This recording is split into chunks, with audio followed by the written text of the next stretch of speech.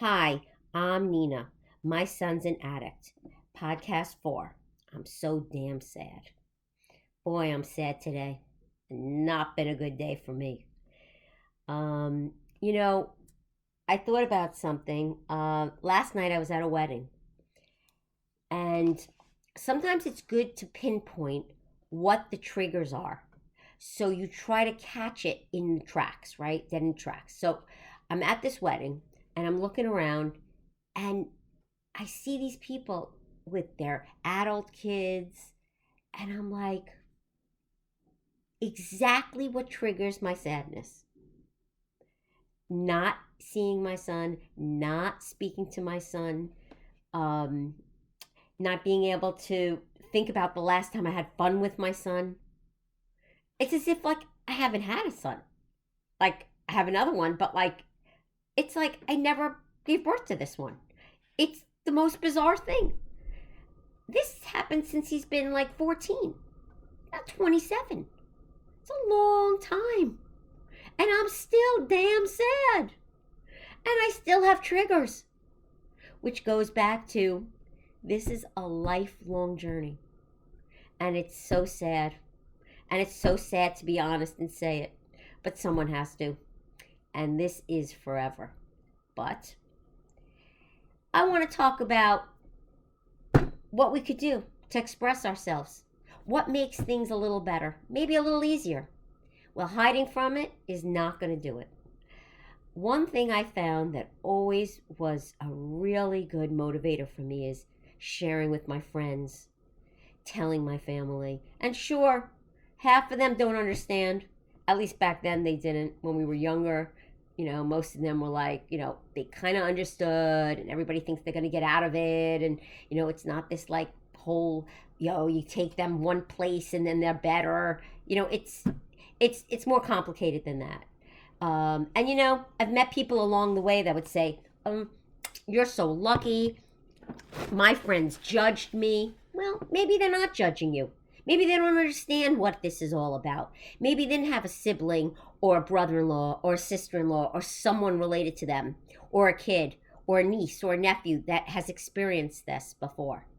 Maybe you need to explain it better. Maybe you need to sit down and have a cry session out and say, I need you. I need your support. I need to feel like you're there for me, just to listen.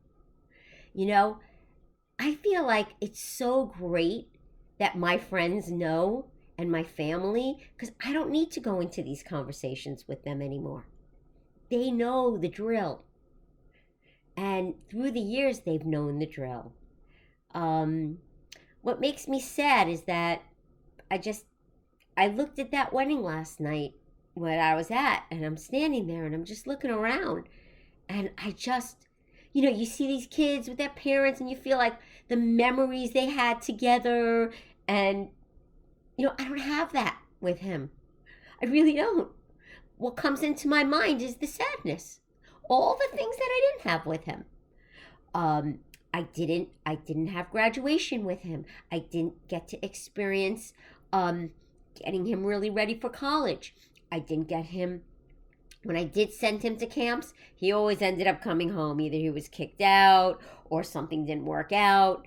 So I never remember him being able to share something, like something in except 8th grade, moving up to high school. That is the last time I think I remember being a part of anything ceremonial with him. And why is that important? Because you know what? Life could be so shitty at times. And you could be so down and everything could be going wrong. But there's that one thing that you could hold on to. One thing. One happy moment. And so, I also realized that we got to be careful. We're sad. We got to make sure not to put it on our other siblings. Their other siblings. You have to make sure you're not putting it on the people around you. Because you know what? You don't want to live every day. You need them to be positive. So you're positive. If they're sad, you're screwed. You need positivity around you. You need to get up every day and know that there's someone there for you. And you can't depend on anything else. You depend on yourself.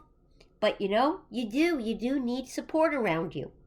I don't care where those friends come from.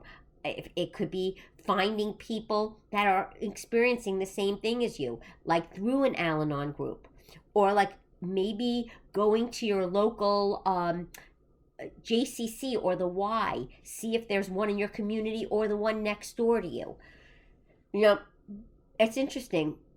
I wrote an article once for the newspaper, the local newspaper, and it was about addiction and my story. Not my story, but my son's and my story.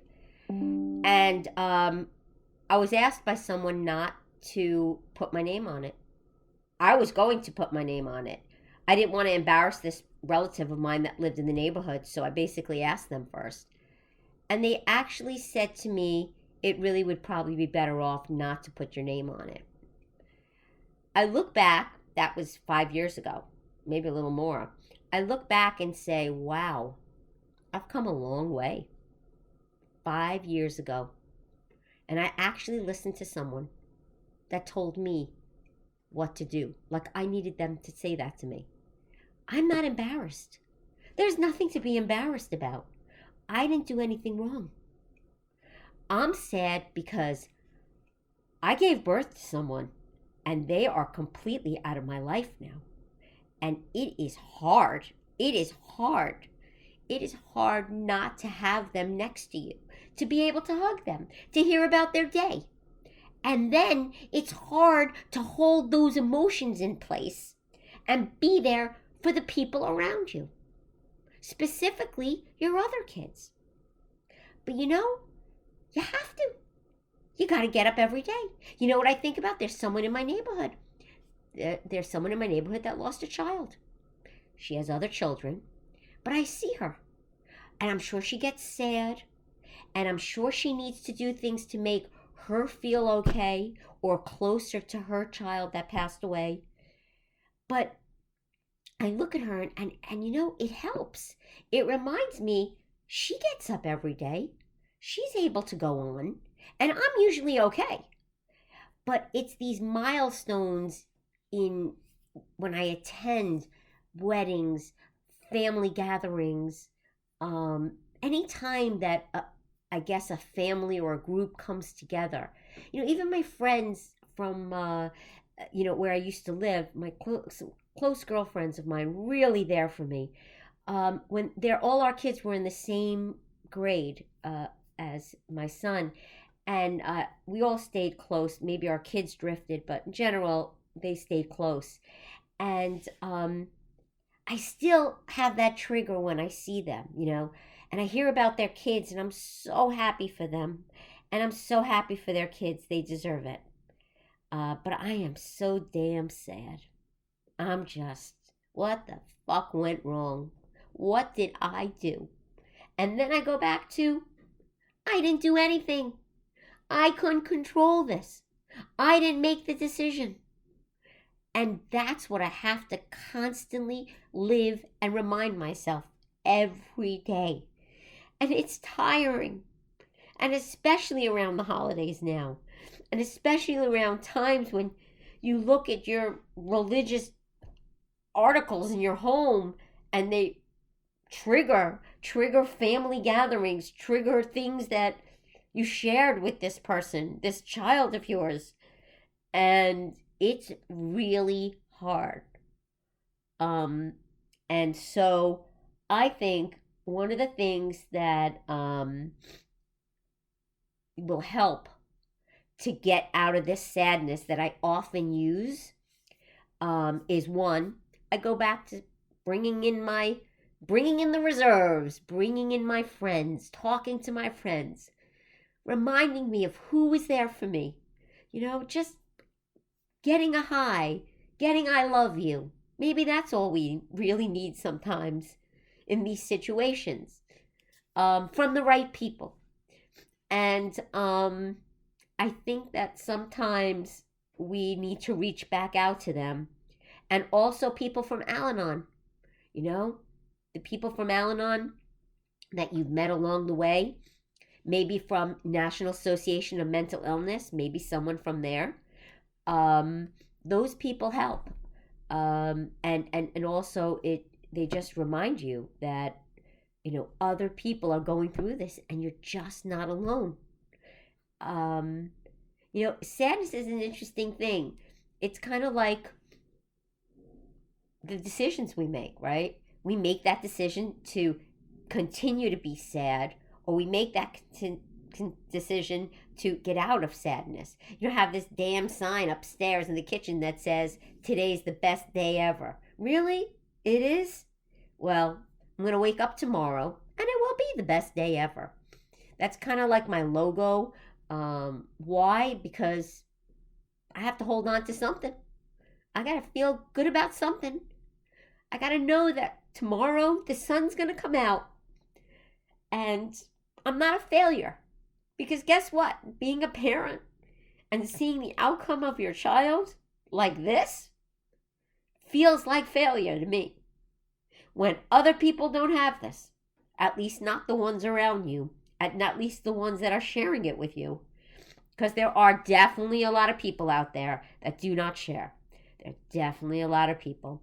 I remember when I first got divorced years and years ago, this therapist told me, when you go on the dance floor, when you look on the dance floor and you're at a party, because I used to say, oh, when I feel alone and I go to parties alone. And so he said to me, and it was a guy, he said, go look on that dance floor and know that 50% of those people aren't happy. And I know that sounds horrible to say, but it kind of makes you feel a little better, right? Misery loves company. There's a reason why people use that quote and stand by it. You bond more with people that go through the same things as you. You could be honest with them, without feeling judged. See, I never felt judged, and I don't know why, and I don't know how to share that or teach that. It's a self-confidence thing. It's the type of people you surrounded yourself with. I mean, I don't have a million friends. I have some really good friends. And to me, that is everything. Some people, you look on Facebook, you look at these, oh, well, look at like these 20 girls. They're all together. Oh, yeah, they're like a whole bunch of people. They look so happy. I don't have that. Don't worry, you ain't missing anything. You're better off with your couple of good friends. But I think that talking about it to family is definitely one of the things that you can that will help. The other thing is, I found, finding hobbies. I don't know, do something else. I did try pickleball, but that didn't work for me. But I'm going to try it again. But just distracting yourself, besides work, just getting yourself involved in other things, getting your mind off of the sadness, so to speak.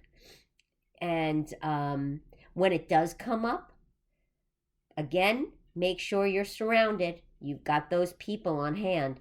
Not to bother them, not to be needy, just a call to say hi. Just wanted to say I love you.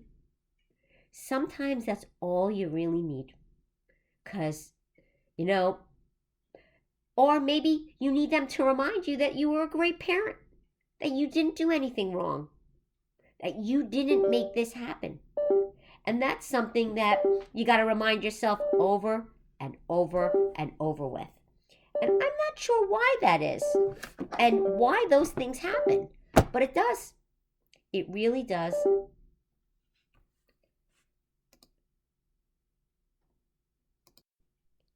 And then at that point, when you start seeing your changes in your behavior, you start isolating more. Sometimes, like, I would find, like, I didn't even realize I was depressed, but I'd go work out in the morning, head back home, and it was lucky that I was able to work from home, and I'd literally get back into bed and work from my bed. Like, that was not good, and I didn't realize how often I was doing it. Also, I'd find myself go to parties and just really feel like I wanted to go home. Like, I didn't want to stay long. I look back now and I realize that I didn't want to be there because I just felt um this like weight on my shoulders that was weighing me down.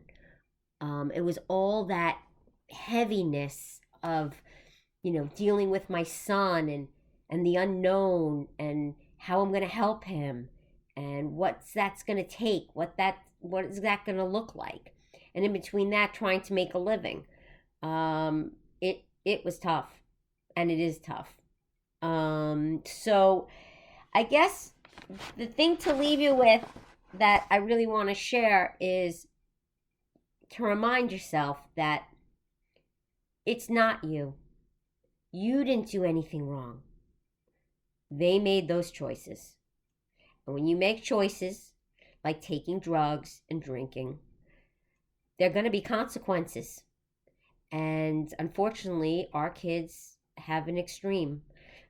And we have to now put the oxygen mask on ourselves and save ourselves. So if it means being sad every so often, that's understandable.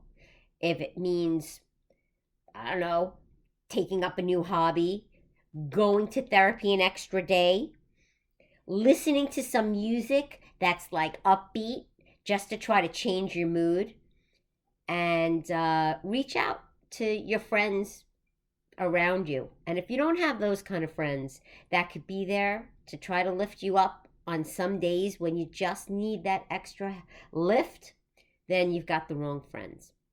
So have a great day.